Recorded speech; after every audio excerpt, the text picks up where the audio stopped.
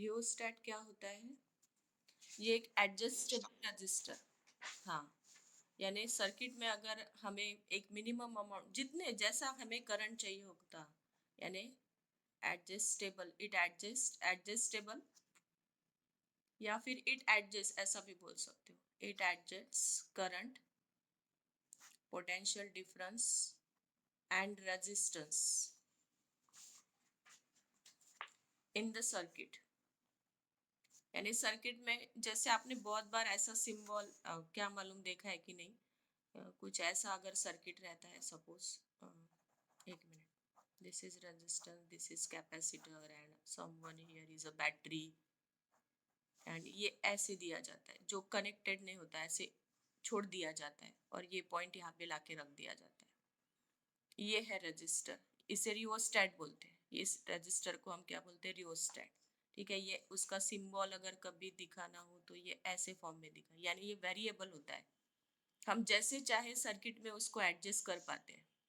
हमें जिस अमाउंट में करंट चाहिए होगा सर्किट में, या पोटेंशियल चाहिए होगा, कितना मूव करना चाहिए करंट, कितना रेजिस्टेंस होना चाहिए सर्किट में जिसके कारण कितना करंट फ्लो होना चाहिए, कितना पोटेंशियल डिफरेंस होना चाहिए, ये सारा कौन एडजस्ट, किसके भरोसे हम एडजस्ट कर पाते हैं? तो रियोस्टैट के भरोसे एडजस्ट कर सकते हैं। ठीक है, और ये मेटल वायर का बनता है। ये काय का बनता है? Metal wire, ribbon, carbon elements, sorry, carbon elements, that is carbon film, or a conducting liquid।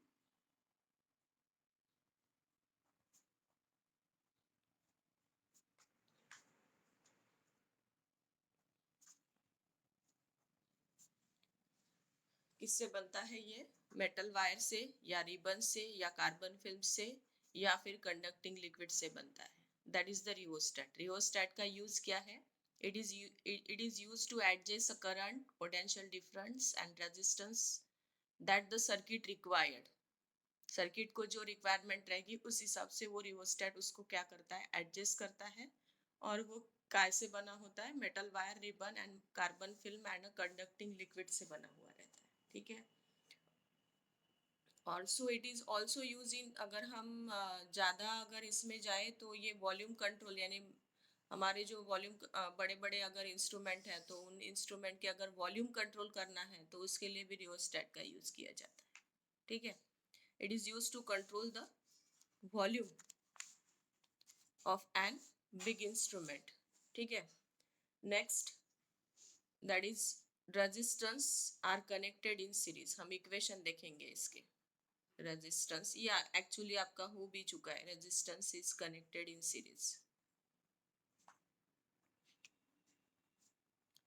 मैं दूसरी पेज पे लेती हूँ थोड़ा सा,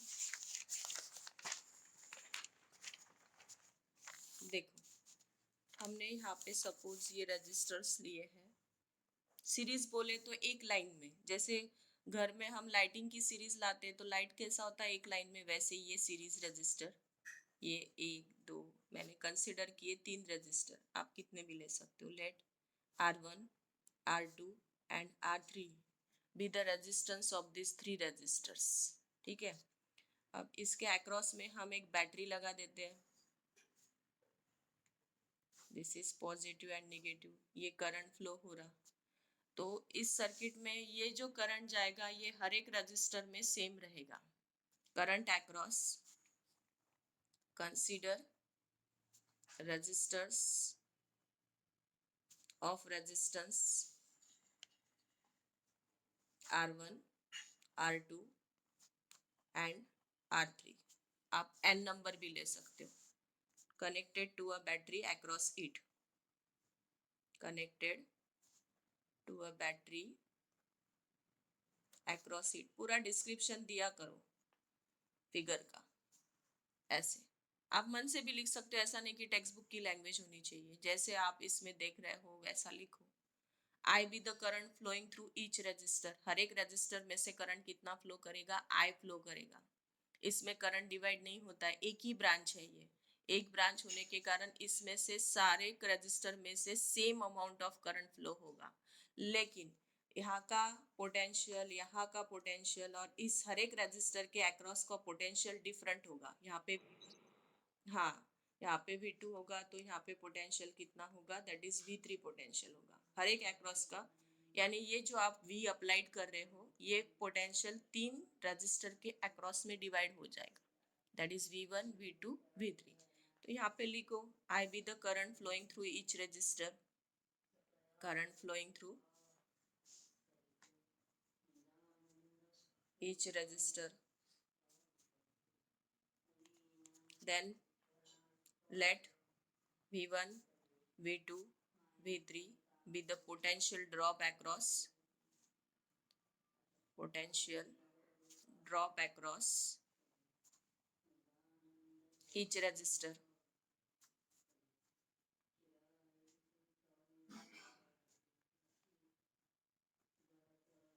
ठीक है, रिस्पेक्टिवली ऐसा दे दो, बेटर रहेगा। ईच रजिस्टर यानी R1 R2 R3। ठीक है, तो अब यहाँ पे यानी ये अप्लाइड पोटेंशियल तीन हिस्सों में डिवाइड हुआ तो हम इसे ऐसा लिख सकते हैं V is equals to V1 plus V2 plus V3, ऐसा लिख सकते हैं। And according to Ohm's law, Ohm's law क्या कहता है, V किसके बराबर होता है, I इंटू R के बराबर। तो V1 कितना होगा, that is I1 R1। V2 कितना होगा, that is I2 R2, sorry I same रहेगा, रजिस्टर डिफरेंट रहेगा, IR2। V3 is equals to IR3, हर एक के अक्रॉस का करंट सेम है, सिर्फ रजिस्टर चेंज है। तो ये वैल्यूज हम इक्वेशन 1 में पुट कर देते हैं। तो V is equals to formula क्या जाएगा आपका, that is IR1 plus IR2 plus IR3, यहाँ से I कॉमन निकलता है, ब्रैकेट में जाता है R1 plus R2 plus R3। ये तीनों के कॉम्बिनेशन का एक रेजिस्टर बनेगा और वो रेजिस्टेंस कौन सा होगा, that is series resistance, that is RS। या फिर आप यहाँ पे V is equals to I RS लेके I कैंसिल कर सकते हो। तो RS इज इक्वल्स टू क्या फॉर्मूला मिलेगा आपको, that is R1 plus R2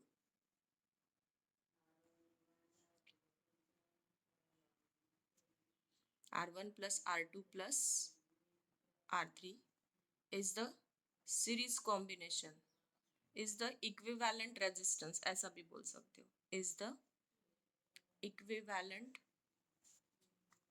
resistance in the circuit।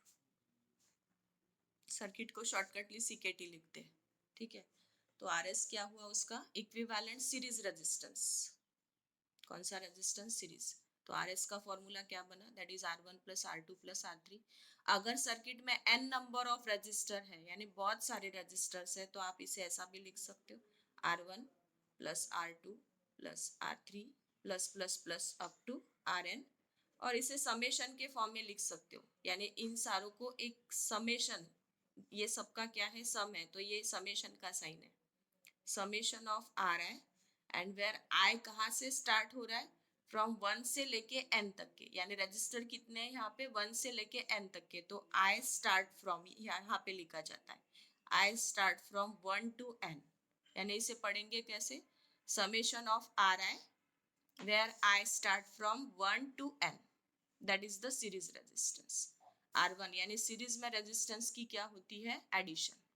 Current series में कैसा होता है, सेम होता है, पोटेंशियल डिवाइड होता है, ये ध्यान में रखना, that is the combination of series resistance. इसमें किसी को कुछ प्रॉब्लम है,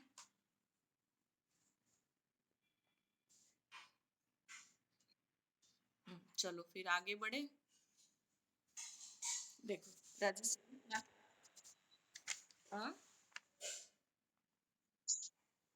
consider three resistance R1 R2 R3, ठीक है, are connected in two points such way that, are connected in two points, हम इस पॉइंट्स को अगर नाम दे दे, एक minute, that is A and B, in such way that current across each resistors will be different and potential remains same। potential कैसे रहेगा, सेम रहेगा। ठीक है, यहाँ का पोटेंशियल, यहाँ इन तीनों रेजिस्टर के अक्रॉस का पोटेंशियल और बैटरी का पोटेंशियल तीनों कैसे रहेगा, सेम। ये यहाँ से करंट आ रहा है ये करंट हम तीन हिस्सों में डिवाइड करेंगे क्योंकि ब्रांचेस आई हुई है करंट की। तो ब्रांचेस आने के कारण करंट क्या हो जाएगा, डिवाइड हो जाएगा। तो यहाँ पे जाने वाला करंट कितना रहेगा, I1। यहाँ से जाने वाला करंट कितना रहेगा, I2। एंड यहाँ से जाने वाला करंट कितना रहेगा, I3। तो आप यहाँ पे लिखोगे लेट, प्लीज माइक ऑफ कीजिए, किसका माइक ऑन है तो।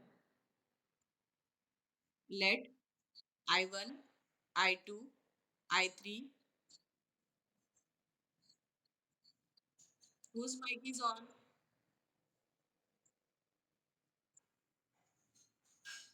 हाँ, तो हम कहा थे late I1, I2, I3 be the current flowing through each resistors, that is R1, R2 and R3 respectively। ठीक है, तो यहाँ पे टोटल करंट कितना है, that is I is the sum of I1 plus I2 plus I3। क्योंकि यहाँ से अगर 10 एम्पियर जाएगा तो कुछ इधर जाएगा कुछ इधर, सपोज 10 एम्पियर करंट यहाँ से फ्लो होता होगा, तो जैसे ही ब्रांचेस यहाँ पे आ जाएगी तो कुछ यहाँ पे जाएगा कुछ यहाँ पे कुछ यहाँ पे। यानी सपोज यहाँ पे जाने वाला 4 है, यहाँ पे जाने वाला आपका suppose to be 5 ampere current है, और यहाँ से जाने वाला 1 एम्पियर है ऐसे। तो 4 + 1 5, 5 + 5 10, टोटल कितना, ये यहाँ से आएगा 4 एम्पियर, यहाँ से आएगा 5 एम्पियर, यहाँ से आएगा 1 एम्पियर। फिर से ये तीनों यहाँ पे आके मिल जाएंगे, और फिर से आउटपुट में करंट कितना आएगा, I, दैट इज 10 एम्पियर। तो I is the sum of I1 plus I2 plus I3। तो यहाँ पे I is the sum of I1 plus I2 plus I3। और ओम्स लॉ क्या कहता है, V is equals to IR। तो I is equals to formula क्या बनता है, that is V upon R। तो I1 के लिए क्या होगा, V अपॉन R1। यहाँ पे पोटेंशियल हर एक के अक्रॉस का सेम है। I2 is equals to V upon R2, I3 is equals to V upon R3। ये वैल्यूज हम इक्वेशन 1 में डाल देंगे, that is V upon R1 plus V upon R2 plus V upon R3। और इसके लिए लेते हैं V अपॉन ये I is equals to V upon RP कर देते हैं, equivalent parallel resistance. RP is the equivalent parallel resistance. तो यहाँ से हम V को कॉमन निकाला, ब्रैकेट में गया 1/R1 plus 1/R2 plus 1/R3, और ये V इस V के साथ कैंसिल हो गया। तो 1/RP is equals to formula क्या मिला, 1/R1 plus 1/R2 plus 1/R3। अगर सर्किट में n number of resistors present होंगे तो in that condition 1/RP is equals to 1/R1 plus 1/R2 plus plus plus up to 1/Rn। और इसको हम summation के फॉर्म में लिखेंगे, that is summation of 1/Ri, where I start from 1 to n। I कैसे start करेगा, from 1 से लेके n तक के, that is the equivalent resistance across a parallel combination. तो हमारे पास दो फॉर्मूले नए आ गए। पहला फॉर्मूला क्या है, RS सीरीज रजिस्टर का फॉर्मूला क्या है, RS is equals to R1 plus R2 plus R3 plus plus plus up to Rn। And अगर पैरेलल कॉम्बिनेशन में रजिस्टर है तो फॉर्मूला क्या जाता है, sorry, 1/RP is equals to 1/R1 plus 1/R2 plus 1/R3 plus plus plus up to 1/R। That is the parallel combination. ठीक है, इस पे के प्रॉब्लम्स ले लेते हम, जो टेक्स्ट बुक में सॉल्व है वो, अनसॉल्व होंगे तो वो भी ले लेंगे। देखो, calculate the total resistance and total current in the following circuit. ये सर्किट दिया है, R1, R2 और R3 की वैल्यू दी है और पोटेंशियल दिया हुआ है। ठीक है, तो हम पहले सर्किट ड्रॉ कर लेते हैं।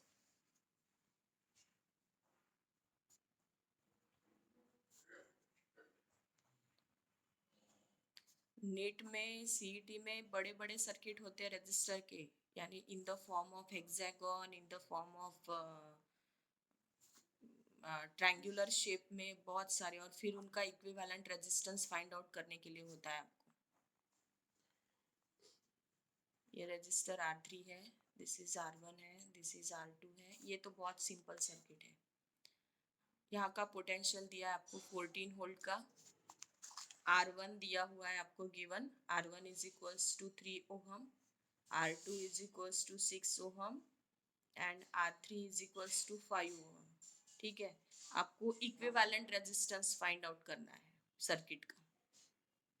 और टोटल करंट भी फाइंड आउट करना है, I is equals to how much. चलो, इक्विवेलेंट रेजिस्टेंस कैसे निकालोगे?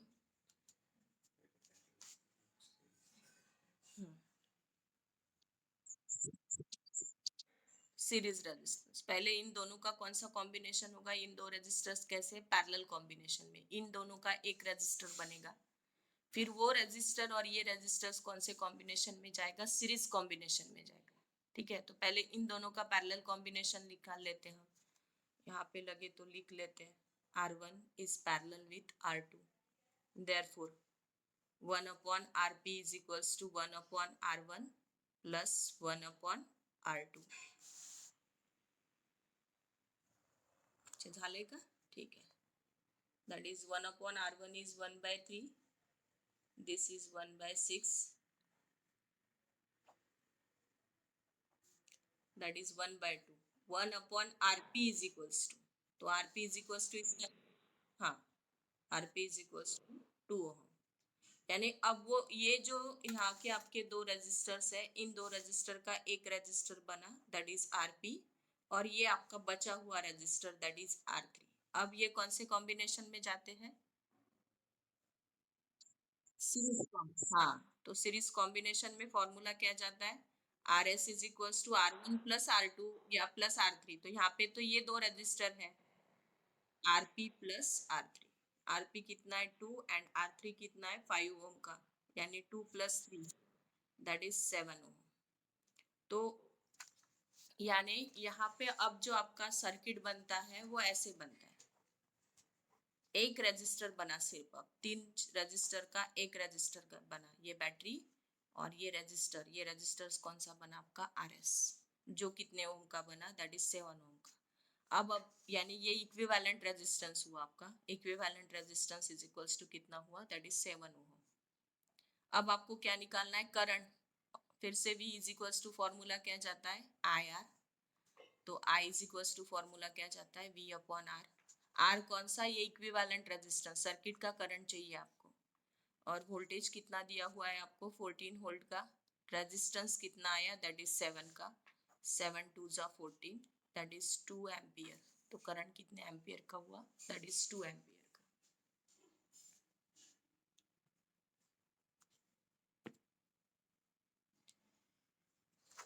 देखो किसी को कुछ प्रॉब्लम है क्या?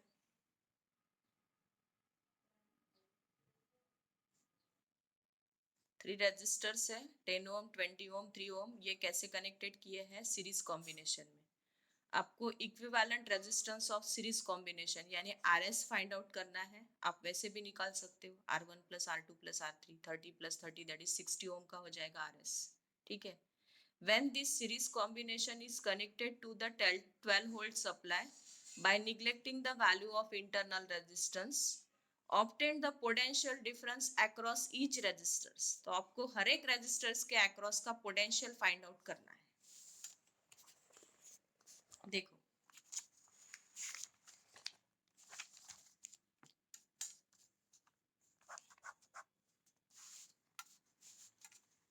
उसने तीन रेजिस्टर्स दिए थे आपको, R1 is 10 Om, R2 is equals to 20 Om, R3 is equals to 30 Om.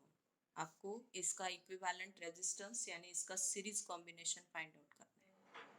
Then आपको फाइंड आउट करना है V1, हाँ, बैटरी का पोटेंशियल दिया है 12 वोल्ट का, और आपको हर एक रेजिस्टर के अक्रॉस का पोटेंशियल निकालना है। V1 is equals to V2 is equals to and V3 is equals to how much। और ये ऐसे सर्किट अभी जैसे निकाला वैसे ही, सीरीज रजिस्टर का, ये तीन रजिस्टर्स है, ये बैटरी है आपकी V, ये करंट है, ये R1, this is R2 and this is R3, और आपको पता है हर एक के अक्रॉस का पोटेंशियल यहाँ पे डिफरेंट होता है, V1 V2 एंड V3। आपको यही फाइंड आउट करना है और साथ में इन तीनों का एक कॉम्बिनेशन निकालना है। तो पहले कॉम्बिनेशन निकाल लेते हैं, that is RS is equals to formula क्या लोगे? क्या है सीरीज का?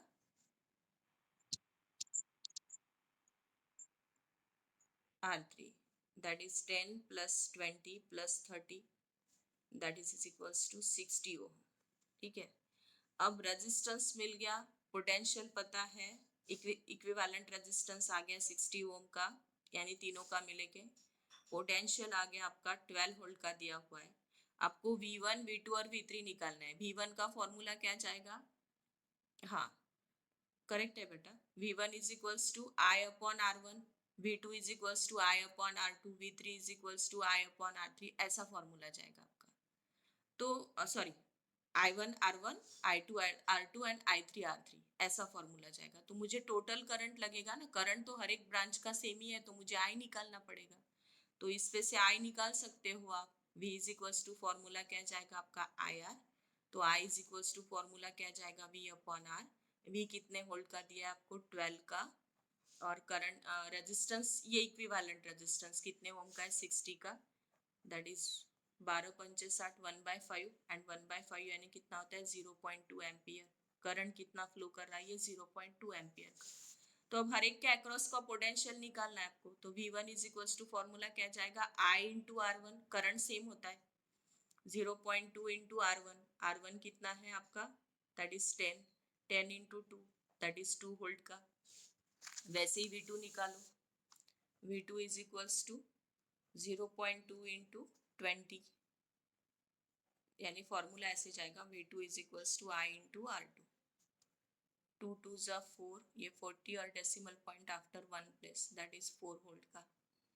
V3 is equals to I into R3, again I इज 0.2 एंड R3 इज 30, ये 3 2 ज़ा 6 और ये 0 and decimal point after 1 place, that is 6 volt का। ठीक है,